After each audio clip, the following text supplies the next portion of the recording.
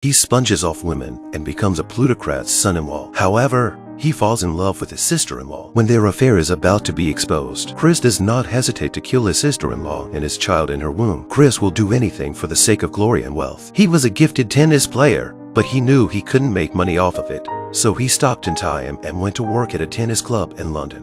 The members were all officials and rich people. All he had to do was befriend one of them. Chris' life would be much better than playing tennis. To fit in with the rich, Chris even borrowed money to dress himself. He forced himself to listen to musicals. Chris stayed up late reading all kinds of famous books and scribes. He often read Crime and Punishment. There is a famous quote in the book that impressed Chris: "Poverty is not a sin, but extreme poverty is an original sin." Chris always reminded himself not to suffer this sin. With the help of Chris' hard work and luck, Chris and Tom, a rich boy, became close friends. He was invited by Tom to see a musical, although Chris achieved his goal of getting close to the rich man. But Chris understood that the rich people know that everyone is close to them for money, but it does not affect them to hate those people. So Chris wanted to make a good impression on the rich people. He said that unless he paid for the musical himself, otherwise he would not go with them. Tom had no choice but to agree to Chris' request. Chris' first visit to a so-called high-class party. He was not condescending and humble. His performance won the affection of Tom's family, especially Tom's sister Chloe. Chloe fell in love with Chris, who had a handsome face but could cry for the musical. After the musical, Chloe asked her brother to invite Chris to a weekend family gathering. She even went to tennis lessons the next day so that she could meet Chris. And so Chris became her tennis coach. So they had more and more contact. With Chris' deliberate guidance, their relationship grew closer and closer. Chloe's family didn't even have any prejudice against him. On the contrary, Chloe's father admired this poor, but talented and idealistic young man. And Chloe's mother only hated Tom's girlfriend. So she has nothing against Chris either. Nola still wants to be an actress after a failed marriage. However, she's almost 30 years old and still has no success, so she was disliked by her mother-in-law to be. But Chris falls in love with Nola at first sight. This hottie seems to be good at ping pong. Many a man has been beaten by her balls. Chris comes out and shows off his great athletic skills. He gives Nola a lesson and takes the opportunity to coach her closely on her game. Chris understands that women like this need to be assertively conquered, but he knew that Nola was Tom's fiancée, so he refrained from more intimate behavior. At night, he says he gets a job offer from Chloe's company. He asks Chloe if this was all arranged by Chloe. Chloe apologizes gently and quickly. She says she got Chris into the company for their own good. Chris said with a reluctant face, "I don't like to be told what to do. I don't want to hear people say I always sponges off women." But he was willing to work at the company for Chloe. Chris wanted to prove to everyone that he was good enough for Chloe. That's when Tom came to the bar with Nola. So the four of them got together at a table and had a drink. Chris looks at Nola, a sexy woman, and feels horny. He wanted to open his mouth and swallow this hottie. One day Chris bumped into Nola, who was about to go for an audition. Nola had been unsuccessful repeatedly. Her confidence has been shattered, so Chris was kind enough to accompany her to the audition, and she still failed. They went to a bar together and got drunk and talked about family matters. Nola said she was a failure. Her ex-husband bought her a lot of stuff at first, so she got married to him in a confused way. Now she doesn't even know if she'll ever marry into a rich family. Nola thinks she is a woman who is not good at flattery, so she doesn't have the approval of Tom's mother at all, unlike the clever Chris, who has won the hearts of his mother-in-law to be. But she thinks Chris' plan is going to fail. Chris asked her why. Nola said, "You'd have sex with me." It turns out that Nola could tell Chris had wanted to sleep with her all along, so she sent her advice in advance. But men are curious creatures. The more they can touch, the more they get itchy. Later, at an unusual family gathering, Tom's mother and Nola had another spat. She unabashedly mocked Nola's dream of becoming an actress. She said all sorts of nasty things to Nola. The hot-tempered Nola couldn't take it anymore. She left Tom's house alone in the pouring rain. Chris then knew his chance. Sister-in-law ran out of the house because of family conflict. Her brother-in-law caught up with her. Nola thought Chris was coming to persuade her to go home. She said, "Don't talk me out of it." Instead, Chris and Nola lay together in the rice field. Chris has been obsessed with her ever since. He missed everything about the paddy field. But Nola, who was awake, told Chris everything that happened that day was an accident. We shouldn't forget our purpose. They should be more like relatives than lovers. Nola's rejection reminded Chris. If they stay together, Chris planned to marry into a rich family would have failed. So he had the good sense to get back on his own track. He married the daughter of a wealthy family with the help of rhetoric. He became a corporate executive with the help of his father-in-law. Wealth and a beautiful wife are already in Chris' arms. The biggest difference between him and Nola is that Nola was disliked by them several times, but she never gave up on her dream job as an actress. But Chris could. He would rather put up with a tie in a career that is not his. Chris is claustrophobic. He had to take pews every day to keep working. After work, he has to do nothing but socialize with other people in hypocrisy. Chris has to go back and get Chloe, who is desperate for a baby, pregnant as soon as possible.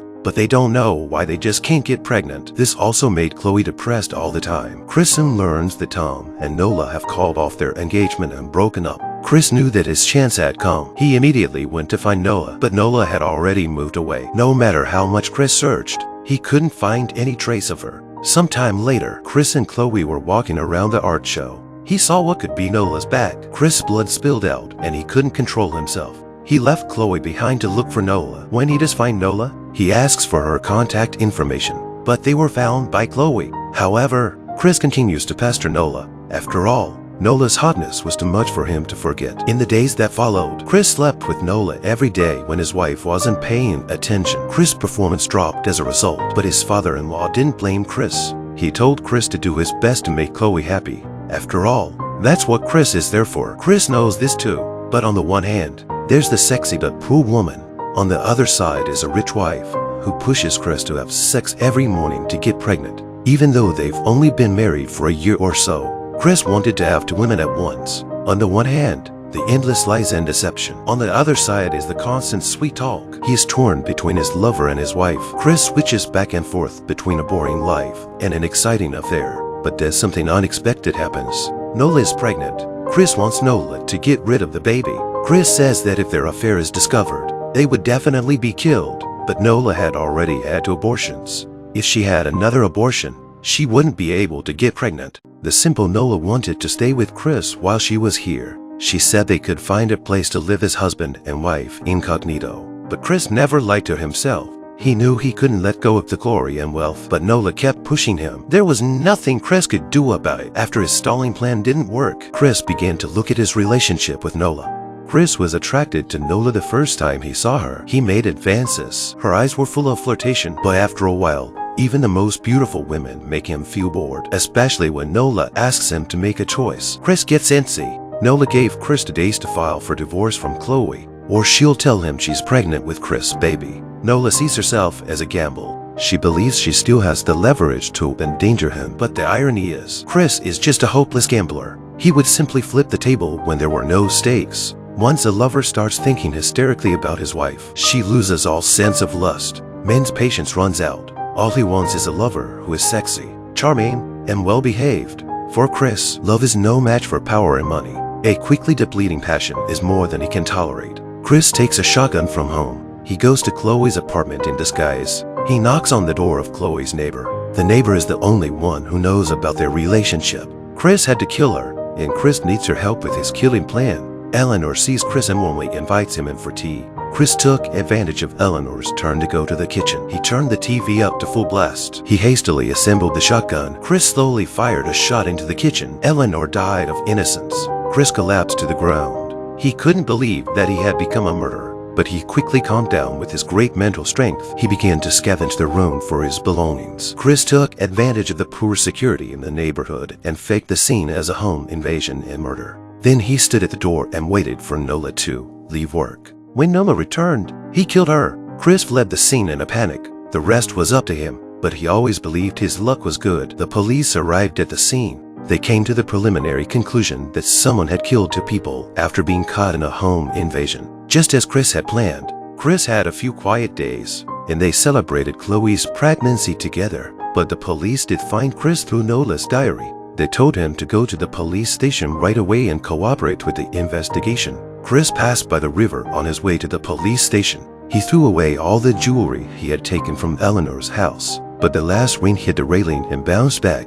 Chris didn't notice the bounced ring. He came to the police station and calmly lied. He said the last time he and Nola had seen each other was a year ago. Chris saw Nola's diary that the police showed him. He was only briefly stunned and then immediately regained his composure. He said he was lying to hide the affair. His words were a mixture of truth and lies. But no matter what he said, the police couldn't believe he didn't kill Nola. Chris cooperated with the investigation and then went home as if nothing had happened. And he slept comfortably. A good conscience is a soft pillow. In his dream, Nola approached him. Nola asks him why he killed her. Chris said that as much as he hated to do it, but he had to do it for his glory and fortune. He blames Nola for not listening to him. He said Nola could have gone back to the American countryside and had her baby. All she had to do was tell people her husband was dead. But then Eleanor's spirit came forward too. She said, "I'm an innocent man. Why should I be killed?" Chris said that if a man is to succeed, there will be many innocent victims. As for who will be the unlucky one, that is the luck of the draw. Eleanor asked him again, "What about your children?" Chris was tough and wouldn't answer. Nola then realized that Chris had gone crazy. She cursed Chris that he would be brought to justice and die a horrible death. Chris said that this is not bad. This will prove that there is still justice in this world. Meanwhile, the police officers in charge of the case woke up in a dream. He seems to have seen a similar murder. Just as he was about to start questioning Chris, he was disappointed to hear his colleague's words. Because there had been a gang fight last night, they found Eleanor's wedding ring on the body of one of the punks. So now there's no more clues that Chris is the killer. Maybe there is, but are you willing to spend a lot of time looking for evidence? The police thought about it and decided to give up. At this moment, Chris' family was having fun with their children. It turns out that in this world, in addition to their own efforts, there is something called luck. If someone believes in luck,